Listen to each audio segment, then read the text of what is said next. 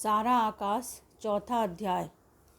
चौथे अध्याय में समर की मानसिक वेदना उभर कर सामने आई है। लेखक ने उसकी अंतर्व्यथा, चुप्पी, दर्द, बेचैनी, चित्त की अशांति को प्रकट किया है।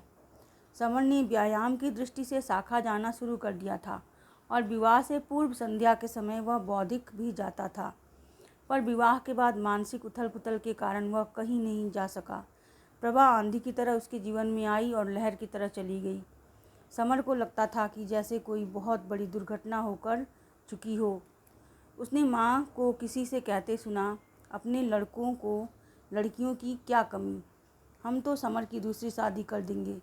समर ने पहली या दूसरी बार माँ को ज़ोर से डांट कर कहा कि वह पढ़ना चाहता है। माँ ने कुछ नहीं कहा, पर समर को अंदर से यह विश्वास था कि प्रभा से वह भले ही कुछ समय तक न बोले, पर वह उसकी पत्नी है। चंदन समर के मामा हैं और उन्होंने ही यह विवाह कराया था। माँ को शिकायत थी कि उसने पढ़ाई लिखाई के अतिरिक्त प्रभा में कुछ नहीं देखा और उन्हें उम्मीद से बहुत कम दहेज मिला। पिताजी को 25 रुपये पेंशन मिलती थी और बड़े भाई धीरज की मासिक आय 99 रुपये थी। खर्च बहुत था। परिवार में माता पिता, भाई भाभी के अतिरिक्त अमर तथा कुंवर 2 छोटे भाई और थे, जो क्रमशः मैट्रिक तथा 8वीं में थे। समर को इंटर की बोर्ड परीक्षा देनी थी।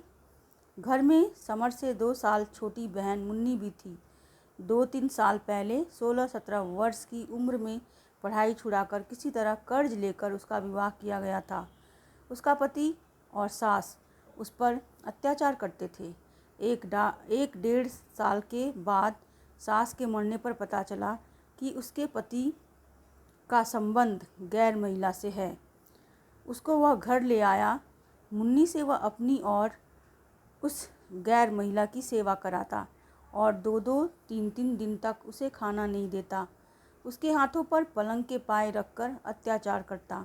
एक दिन सवेरे सवेरे बेंत की मार के कारण पड़े नीले निशानों के साथ मुन्नी हमेशा के लिए वापस पिता के घर आ गई।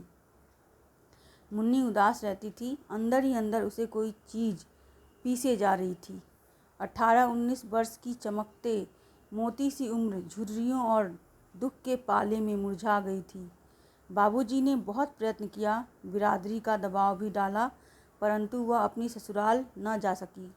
पढ़ाने के लिए पैसे नहीं थे। सिलाई कढ़ाई भी पैसे के अभाव के कारण नहीं सिखा सकते थे। शुरू में सब मुन्नी के प्रति हमदर्दी दिखाते थे, अब तो वे भी भूल चुके हैं। मुन्नी स्वयं को परिवार पर एक बोझ समझती है। कभी कभी भाभी प्रभा के विषय में समर से व्यंग्यपूर्वक बात करती तथा उसे अपनी पत्नी को दबाकर रखने की सलाह देती। अपने भाई भाभी के उदाहरण द्वारा वह अपने कथन की पुष्टि करने का प्रयास करती। अपने अंतर्मन में वह प्रसन्न थी कि प्रभा पढ़ी लिखी तथा उससे सुंदर होने पर भी घर में महत्वपूर्ण स्थान नहीं पा सकी। समर कम बोलता है, लेकिन पहले की चुप्पी आत्मतृप्ति और संतुष्टि की चुप्पी थी, और यह चुप्पी तो आरे की तरह भीतर ही भीतर उसे स्वयं को रेते जा रही थी। परीक्षा निकट आती जा रही थी, पर उसका मन पहले की तरह पढ़ाई में भी नहीं लग रहा था।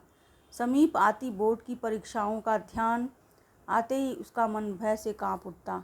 घर उसे काटने के लिए दौड़ता। उसे बार बार पैसे की कमी का एहसास दिलाया जाता। उसे लगता था जैसे उसके अंदर का कुछ खो गया। पूरा दिन इधर उधर भटकता रहता। उसे समझ आ रहा था जैसे लोग उसे बेकार का ऐसा आदमी मानने लगे हैं जिसे कोई काम नहीं, बस मन भर का मुंह फुलाए दिन भर घूमता रहता है।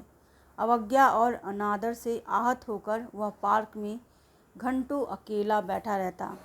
जब बहुत देर हो जाती तो उठकर घर चला जाता। वह पहले जैसा निश्चिंत बनने के लिए तड़पता, पर मन का बोझ कम ही नहीं होता। उसे लगता कि उसकी ज़िंदगी व्यर्थ हो गई। अब तक के जिए सभी पल बेकार गए और भविष्य भी अंधकार से भरा हुआ है। उसे लग रहा था कि वह मकड़ी के जाल में फंसी मक्खी सा उलझ गया है। उसकी आँखों की चमक और होठों की मुस्कुराहट छिन गई है। उसके सपने टूट गए हैं। कॉलेज के लड़के आपस में हंसी मजाक करते हैं, कुछ लड़कियों की बात करते हैं, कुछ अभिनेता अभिनेत्रियों की, तो कुछ प्रबुद्ध छात्र राजनीति पर बहस करते हैं। पर समर का मन वहाँ जाने को नहीं करता। उसे यह सब बातें वाहियात लगती हैं। इन सब बातों का क्या फ़ायदा? उसे अपना जीवन निरानंद और खोखला लगता है। कभी कभी उसका मन भी उनमें शामिल होने को करता, पर उसका मन ही मर गया था। कॉलेज के लड़कों से मनहूस मनहूस सुनते सुनते वह 20 साल और बुढ़ा महसूस करने लगा था। वह निराशा और थकान से ग्रस्त हो गया था। गीता पढ़ने से शांति मिलती, मंदिर जाकर एकांत में बैठकर सोचने में सुख मिलता, पर एक दिन जब एक पंजाबी शरणार्थी को मंदिर के पुजारी ने प्रसाद मांगने पर धूनी की जलती लकड़ी से मारकर भगाया, तो यह देखकर समर बहुत दुखी हुआ और उसका मंदिर जाना भी बंद हो गया। वह प्रभा के बारे में सोचना नहीं चाहता, पर घर में उसकी बुराई की कथा का कोई न कोई अंश हमेशा कान में पड़ता रहता। उसने कई बार सोचा और अनुभव किया कि सारे फसाद की जड़ प्रभा का अहंकार है, पर उसके मन में एक चुभन भी थी। 4 दिन उसकी पत्नी उसके घर में रही और वह उससे एक शब्द भी नहीं बोला। ऐसा कैसे हो गया? मन की विकलता, अंतर्द्वंद उसे अशांत किए है। वह शांति के लिए रोना चाहता है,